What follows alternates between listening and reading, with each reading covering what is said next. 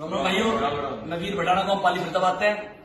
सारे भाइयों की कड़ी परिश्रम करने के बाद एक एफआईआर हुई थी संडे को, उसके बाद गिरफ्तारी हुई थी। ये सारी चीज हमारी आज टूट चुकी है बिल्कुल, क्योंकि कंपनी का जो कॉन्ट्रैक्ट कर रखा था सुमित गोस्वामी ने 20-30 लाख रुपए का बताया गया है, वो कंपनी के लोग उसको बार बार छुड़वाने के लिए थाने के अंदर पहुंचे।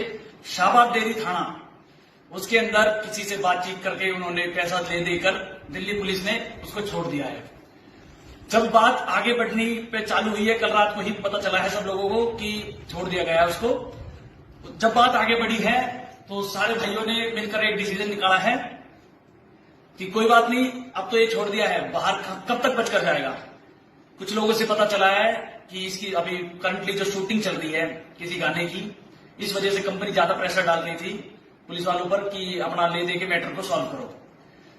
अब जहां इसकी शूटिंग चल रही है हमें भी नहीं पता दिल्ली एनसीआर के अंदर है या चंडीगढ़ या राजस्थान के अंदर है, पर जहां भी है हम तो इसको बिल्कुल नहीं छोड़ेंगे। सारे भाइयों से हमारी बात हो चुकी है, जहां भी इसका शूटिंग का जो भी इसका कार्यक्रम होगा, हालांकि दिल्ली एनसीआर के अंदर तो कभी इसका कोई शो होने ही नहीं देंगे हम। बॉयकॉट करो, बिल्कुल बाइकआउट करेंगे, बिल्कुल बाइकआउट करेंगे इसको हर चीज से हम। और ये देश की आवाम है जिसने इसको इतने ऊपर उठाया था, आज यही आवाम इसको धरती के अंदर गाड़ेगी।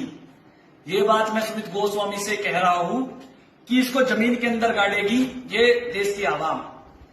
दूसरी बात, एक भाई ने बताया है कि इसी के गांव का है, दतौली गांव का, कि भाई ये अपने गांव वालों का सगा नहीं हुआ, ये और किसी का सगा नहीं हुआ।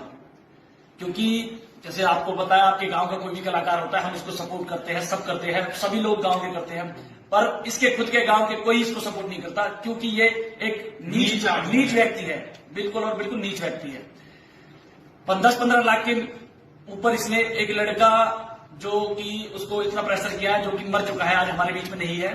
13 दिन के अंदर जो हमारे ब्राह्मण समाज के हमारे पंडित होते हैं, उन सभी ने बताया है कि 13 दिन के अंदर जो तेरहवीं होती है तब जाके किसी की आत्मा को शांति मिलती है। जो 13वीं पूजा वाले दिन होती है ना, तब बंदे को मुक्ति मिलती है, वो ऊपर जाता है।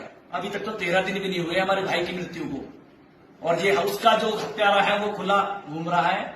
और वो लड़की नेहा जिंदल, वो लोगों को ये बोल रही है हमारा तो कुछ भी नहीं हुआ है, हम तो गए भी और वहां पे बैठ के आए थाने के अंदर और तसल्ली से आ गए हैं वापस। और सोशल मीडिया पे फोटो खिंचवा रहा है, 2 पुलिस वाले हैं और सुमित गोस्वामी है, दोनों फोटो खिंचवा रहे हैं बड़े खुश होकर। कोई उनके ऊपर ऐसा नहीं लग रहा है कि हाँ भाई ये किसी के हत्यारे हैं, वो तो खुला। और जो हमारे देश की आवाम है, कुछ दिन के लिए उसको अनफॉलो और रिपोर्ट करी है लोगों ने, अब दोबारा से उसके फॉलोअर्स बढ़ने चालू हो गए हैं। मैं देश की आवाम से हाथ जोड़कर एक ही रिक्वेस्ट करूंगा, किसी दोबारा हम नहीं चाहते कि आप अमन बनो या हम अमन बने, क्योंकि ऐसे बहुत से सीधे लोग हैं इस धरती पर जो इन जैसे कलाकारों के कहने में आ जाते हैं। तो मेरे भाइयों, सबसे हाथ जोड़ के रिक्वेस्ट है, इसको ना इंडस्ट्री से बाइकआउट करो और सभी जगह से बाइकआउट करो। जो कंपनी इसको काम दे रही है, सबसे पहले उसके खिलाफ आवाज उठाओ। जो भी कंपनी है वो, उसके खिलाफ आवाज उठाओ, उसके मैनेजर को पकड़ो, उस कंपनी को पकड़ो।